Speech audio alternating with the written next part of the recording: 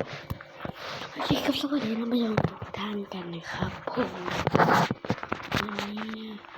ผมจะมาเล่นในฟุตบอลหนึ่งแมตช์นะครับดูกันว่า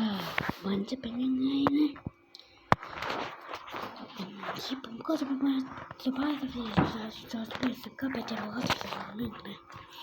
นาทีเลยครับผิดพลาดหน่อยก็ขออภัยด้วยนะครับผมอายุแค่9 ขวบนะ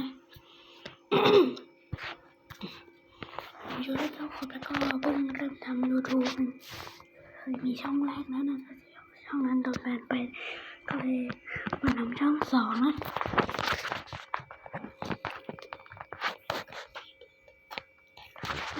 จะเข้าเกมแล้วนะครับท่านผู้ชมทุกท่านเราจะไปดูไมลีกัน